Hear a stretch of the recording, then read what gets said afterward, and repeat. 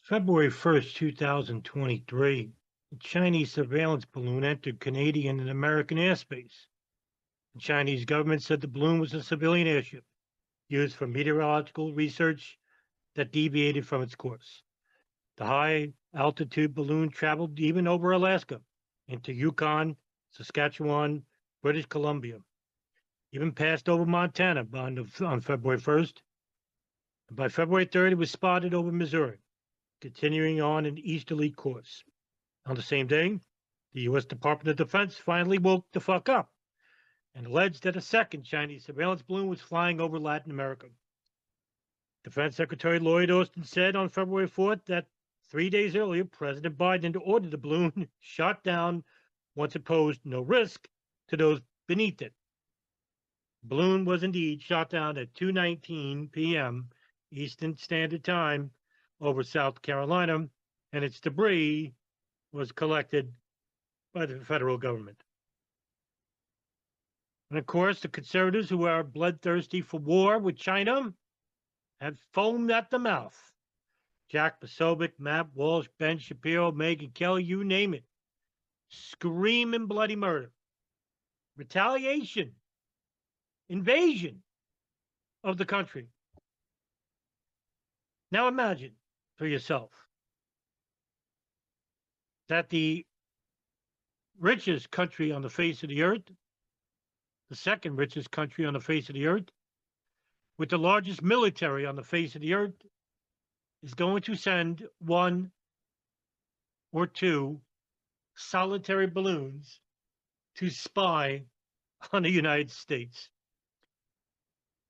Back in 2019, Bloomberg reported that China even inserted tiny chips into computer equipment manufactured for 30 U.S. companies. This included Apple, Amazon, and what they did was to steal technological secrets, citing government and corporate sources. The Bloomberg report further said that the chips were used in equipment made for various U.S. companies and government agencies. Amazon, in its 3-year secret investigation, uncovered malicious chips while examining servers manufactured by a startup called Elemental Technologies, which Amazon eventually acquired.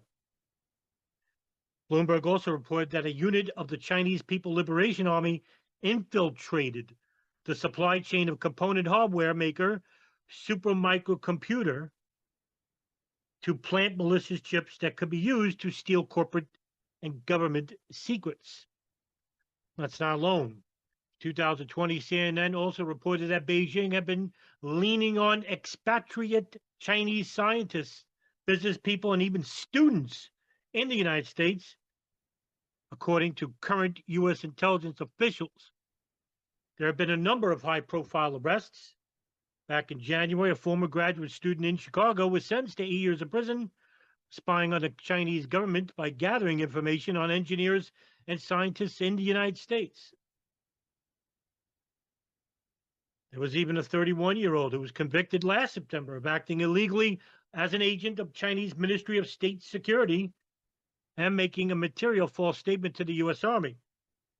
According to the Justice Department, he was tasked with providing an intelligence officer with biographical information on individuals for potential recruitment as Chinese spies on American defense contractors.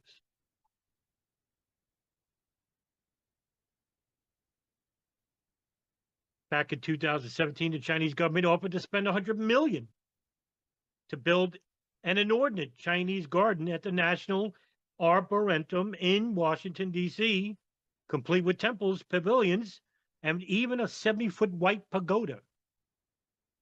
However, when counterintelligence officials began digging into the details, they found numerous red flags, including the pagoda, they noted, which would have been strategically placed on one of the highest points in Washington, just 2 miles from the Capitol, a perfect spot for signals intelligence collection. So please, tell me, why on earth would they use a spy balloon, which could be seen by everyone? Isn't espionage supposed to entail covert operations, not something that could be seen by millions? Well, what happens when it's a foreign country that is actually outside of the Asian continent that is spying on the United States? Well, how about our own allies? Back on March 6, 2002, the New York Times reported that American officials expressed caution and doubts about reports that a large ring of Israeli spies had been broken up last year in the United States, with some of them had come in pursuit and monitor Al Qaeda militants. Le Monde, the Paris Daily, reported that as many as 120 Israeli agents passing themselves off as art students or employees of Israeli high tech companies had entered the company. The Times also said they had been detained and interrogated and that all of them have been expelled.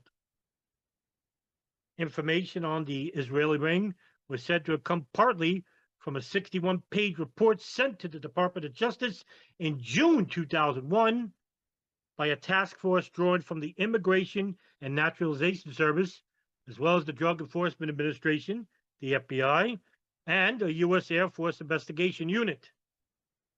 A Drug Administration spokeswoman confirmed that a draft of such a report existed, in which she said, quote, short of a compilation of material, but couldn't express anything further, end quote. The FBI also covered up the Israelis, saying that there wasn't a spy ring and that it was a bogus story. And when Reuters went to interview Benjamin Netanyahu, the prime minister, Reuters went on to report, quote, the prime minister's office declines to comment on the matter, end quote. So if it isn't an Israel spying on the United States, well, then all bets are off. Well, the Chinese can't do it. Heck, only Israel can do it. And as for the absolute arrogance of the conservatives yelling uproar over China sending a balloon, which was most likely a weather balloon, the United States currently has over 400 U.S. military bases packed with warships, nukes, and bombers that have been set up across the Pacific region, including South Korea and Australia. And according to John Pilger, the legendary reporter, the United States has been accused of trying to provoke war by surrounding China with a ring of steel, and that the aim of the United States is to destroy their competitive economic powerhouse for the United States to become a sole solitary superpower.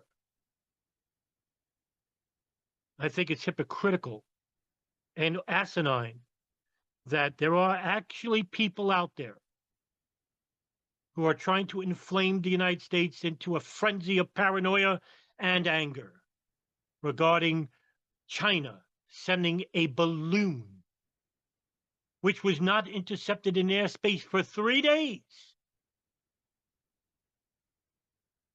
and then have the nerve to stay silent when the United States has over 400 bases surrounding China itself. I think it is basically embarrassing as well as infuriating to actually think that we have that many dumb people in this country, but unfortunately, we do.